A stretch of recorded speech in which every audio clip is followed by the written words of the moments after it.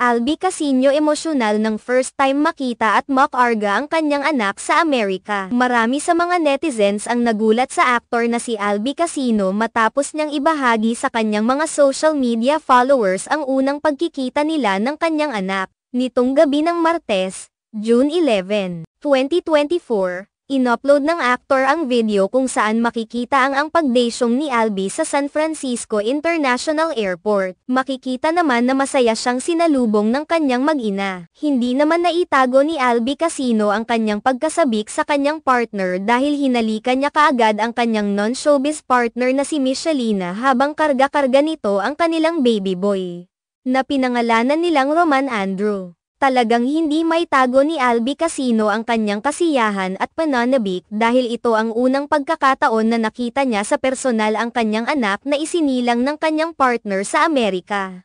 Sa caption ng kanyang post inilahad ni Albi ang kanyang kasiyahan sa pagiging isang ganap na tatay. A great man told me, being a dad has no days off and retirement, I wouldn't have it any other way. I finally got to meet my son. Hello Roman Andrew, the world is yours little man. Kaagad naman itong umani ng samot-saring komento mula sa mga netizens at maging ng kanyang kasamahan sa showbiz industriya. Marami ang nagpadala ng kanilang mga pagbati kay Albi Casino at may mga nagsasabi pang sa wakas ay maari na umanong hayagang pag-usapan ang balitang ito dahil na rin sa pag-amin ni Albi. Matatandaan na unang ipinakilala ni Albi Casino ang kanyang non-showbiz girlfriend na si Michelina noong May 2023. Ang pagsasapubliko ni Albi Casino sa kanilang relasyon ay kasabay ng kanyang ika-30 kaarawan at unang taon nila bilang magkasintahan noong May 14, 2023. Nagpahayag rin ng pagbati ang ilang mga tagahanga ng aktor at sinabing sa wakas ay naging totohanan na ang pagiging ama ni Albi Casino matapos ang muntik na pagkakabudol noon sa anak ni Andy Eigenman at Jake Ejercito.